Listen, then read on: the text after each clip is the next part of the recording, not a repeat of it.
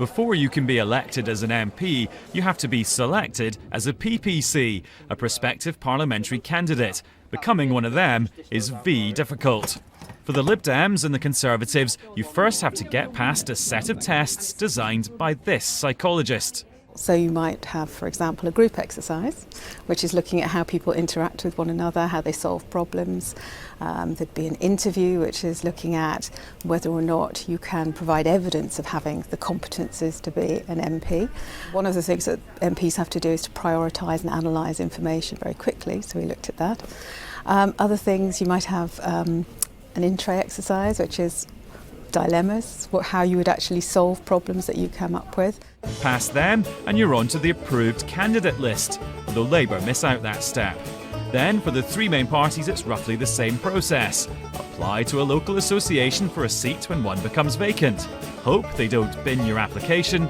Then impress party members at either an interview or hustings. And then repeat, often at different ends of the country, sometimes simultaneously, until you get selected. Peter Botting coaches Tory wannabes who are trying to reach Westminster.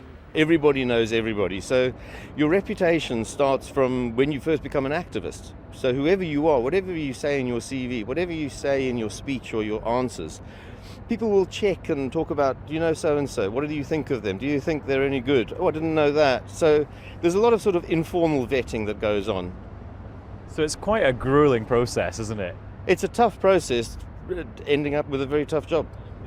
To address complaints that all this is biased towards a certain kind of go-getter, Ed Miliband has launched a programme where Labour hopefuls from non-political backgrounds get training and coaching to help them through the process. Don't be shy.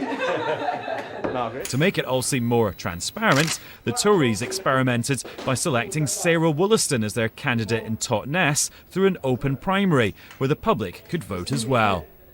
And before you say, isn't all this a bit technical and internal, remember this. Around half of constituencies are considered safe seats, which means the local party members aren't just selecting their candidate, they're really picking your MP.